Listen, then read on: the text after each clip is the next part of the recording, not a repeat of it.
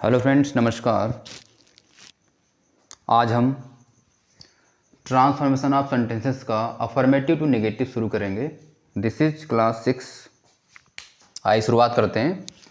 आज हम क्या सीखेंगे? अफर्मेटिव से नेगेटिव सेंटेंस बनाना। इसमें अलग अलग है। तो इससे पहले हम जो इससे पिछली क्लास थी हमने क्या सीखा था? उसमें हमने सीखा था कि अफर्मेटिव से नेगेटिव बनाना किसका यूज करके, जो वहाँ पे दिया रहता था एज सून एज को नो सूनर में बदल कर, ठीक है। और हार्डली स्केर्सली आता था, उसको भी हम नो सूनर बदल कर अफर्मेटिव से नेगेटिव बनाते थे। यहाँ पे हम क्या करेंगे? यहाँ पे सब कुछ अलग अलग रूल हैं। रूल 1 है अलोन ओनली को बदल कर, विलोम शब्दों से पहले नॉट लगाकर, डिड नॉट फेल टू का प्रयोग करके, रिमूव टू का प्रयोग करके कैसे हमने अफर्मेटिव से नेगेटिव बनाएंगे, डिग्रीज ऑफ कंपैरिजन को बदल कर अफर्मेटिव से नेगेटिव सेंटेंस बनाना। तो इन सारे रूल्स को हम 1 बाय 1 डिस्कस करेंगे। आइए स्टार्ट करते हैं। Our first sentence is, rule number 1 है कि अलोन या ओनली को हटाकर वाक्य के प्रारंभ में नन बट लिखना। तो वाक्य के प्रारंभ में हम क्या करेंगे? हमें नन बट लिख देना है। देखिए, तो यहाँ पे अलोन ओनली आएगा, ठीक है, उसको हमें किस में बदलना है? None but. तो टॉपिक क्या हमारा? Transformation of sentences. Transformation of sentences का मतलब होता है, ट्रांसफॉर्मेशन सेंटेंस का मतलब होता है वाक्यों का रूप बदलना। मतलब वाक्य का रूप तो बदल रहा है, टू चेंज द फॉर्म, लेकिन जो उसकी मीनिंग है ना वो सेम रहे दोनों सेंटेंस का। देखिए कैसे सेम रहेगा कि Ram alone got the prize. तो हम वाक्य के प्रारंभ में नन बट लिखना। तो वाक्य के प्रारंभ में, शुरू में ही क्या है? हमें नन बट लिखना है। शुरू में क्या लिख देंगे हम? None but. नन बट लिखने के बाद में जो हमारा अलोन ओनली रहेगा उसको हमें रिमूव कर देना है, वहाँ से हटा देना है। और जो हमारा भाग बच रहा है उसको हमें ऐसे ही लिख देना है, राम गॉट द प्राइज, ठीक है। तो क्या हो गया? None but Ram got the prize. इसकी हिंदी क्या हुई? ये सेंटेंस किस में दिया है? ये दिया है हमारा अफर्मेटिव में, और दूसरा हमारा क्या बन गया? ये निगेटिव में, ठीक है। लिखा है Ram alone got the prize. Ram अकेले प्राइज को पाया, मतलब राम ने अकेले ही प्राइज को पाया, राम ने अकेले इनाम को पाया। और नीचे मतलब क्या है? नन, किसी ने नहीं, बट लेकिन राम ने प्राइज को पाया, राम ने इनाम को पाया। मतलब किसी ने नहीं बल्कि राम ने प्राइज को पाया। मतलब दोनों का अर्थ क्या है देखा जाए तो सेम रहेगा, बस यही ट्रांसफॉर्मेशन है हमारा। अब आ गया ओनली को क्या बदलेंगे हम? नन बट में। और वाक्य नन बट हमेशा कहाँ लिखेंगे हम? वाक्य के शुरू में लिखेंगे, नन बट।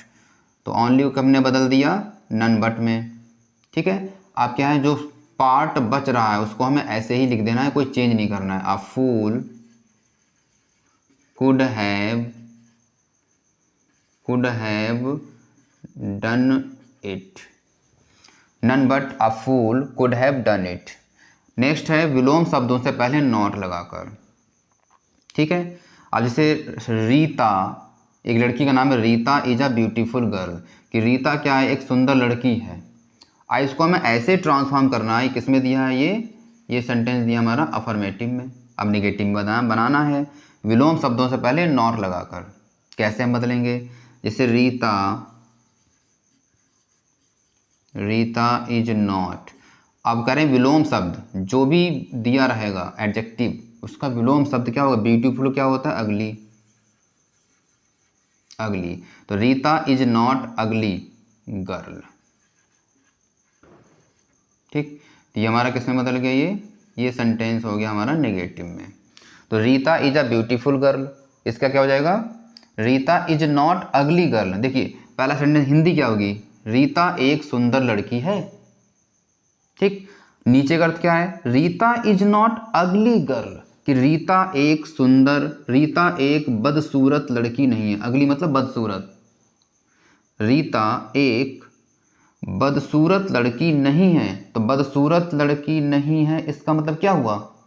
खूबसूरत है, ठीक। तो दोनों का मीनिंग एक हो, नॉट रख दिया। अब है डिड नॉट फेल टू का प्रयोग करके, मतलब हमें डिड नॉट फेल टू का प्रयोग करके लगाना पड़ेगा कुछ सेंटेंस में, वो ऐसे ही बनेंगे। डिड नॉट फेल टू का प्रयोग करके बनेगा कि she saw the red fort last year, तो इसका क्या हो जाएगा, उसने पिछले वर्ष रेड फोर्ट देखा था, लाल किला देखा था। तो इसको हम कैसे बनाएंगे, शी, हमें क्या है, did not, she did not fail to, did not fail to लगा दिया।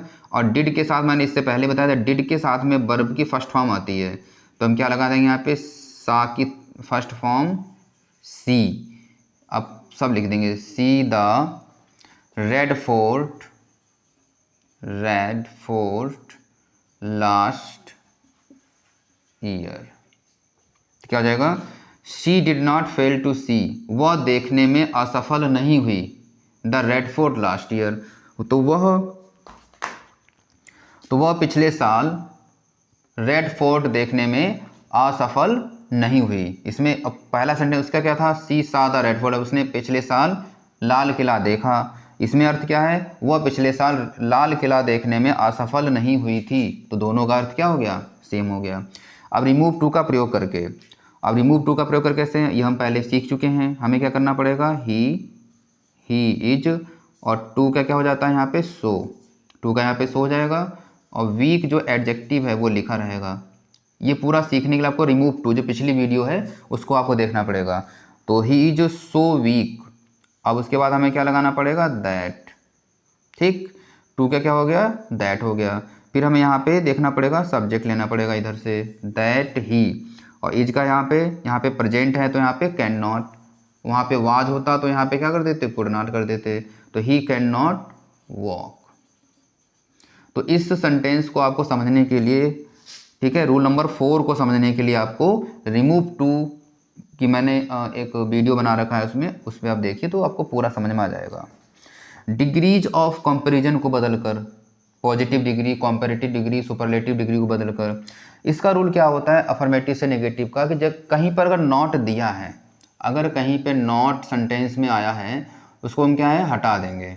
मतलब नॉट अगर कहीं सेंटेंस में दिया है तो उसको हटा देना है, अगर नॉट नहीं दिया है तो लगा देना है। देखिए अब Radha is wiser than Sita, ये सेंटेंस किस में दिया है, ये कॉम्पेरेटिव में दिया हुआ है, कहीं पे नॉट लगा है, नहीं लगा है, तो ये कॉम्पेरेटिव में दिया है, हमें इसको पॉजिटिव में बदलेंगे।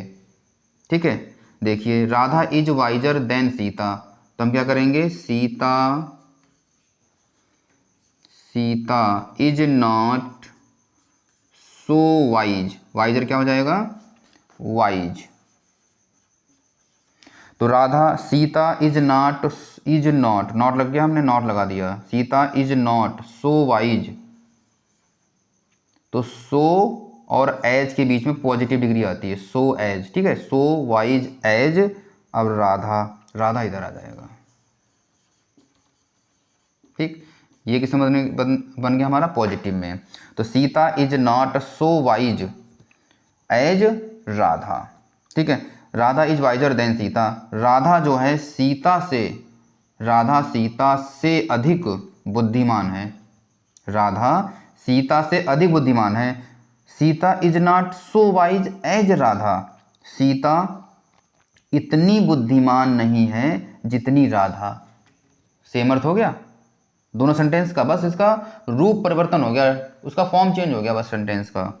नेक्स्ट है your brother is as wise as you, अब इसका क्या बनेगा, ये सेंटेंस किस में दिया, ये पॉजिटिव में दिया हुआ है, इसका हम कॉम्पैरेटिव बना देंगे, तो क्या हो जाएगा, यू के साथ क्या लगेगा, आर, यहाँ पे इज लगा है, इस सब्जेक्ट के हिसाब से यहाँ पे आर आ जाएगा, तो यू आर नॉट, यहाँ पे नॉट कहीं नहीं दिया तो हमें नॉट लगाना पड़ेगा, ठीक, तो यू आर नॉट। अब क्या है, वाइज की कॉम्पैरेटिव डिग्री क्या हो जाएगी, वाइजर। कॉम्पैरेटिव डिग्री के बाद में हमेशा क्या लगाते हैं, देन लगाते हैं, तो you are not wiser than your brother, than your brother, तो your brother is as wise as you, क्या हो जाएगा, you are not wiser than your brother, कि तुम अपने भाई से अधिक बुद्धिमान नहीं हो। तो दोनों, और your brother is as wise as you, बस दोनों का अर्थ क्या हो जाएगा, ये पॉजिटिव से क्या बन गया, ये कॉम्पैरेटिव में बदल गया। ठीक है, तो ये हमारे सारे रूल, फर्स्ट रूल था अलोन और ओनली को नन बटन बदलकर, विलोम शब्दों से पूर्व नॉट लगाकर, डिड नॉट फेल टू का प्रयोग करके, रिमूव टू का प्रयोग करके और डिग्रीज ऑफ कंपैरिजन। इसमें हमने 5 रूल डिस्कस किए हैं और रूल नंबर जो 6 था, क्या था? रूल नंबर जो हमारा 6 था वो हमने किस में डिस्कस किया है? क्लास। रूल नंबर 6 को देखने के लिए आपको क्लास देखनी पड़ेगी 5, ठीक है। आपको रूल नंबर 6 जो इसके बाद अगर हमने रूल नंबर 5 तक डिस्कस किया है, इसके टोटल 6 रूल हैं अफर्मेटिव से नेगेटिव बनाने के। तो आपको रूल नंबर 6 को समझने के लिए क्या करना पड़ेगा? जो हम इससे पहले क्लास 5 बना चुके हैं उसको आपको देखना पड़ेगा, तो रूल नंबर 6 आपको समझ में आ जाएगा। Thank you for watching this video.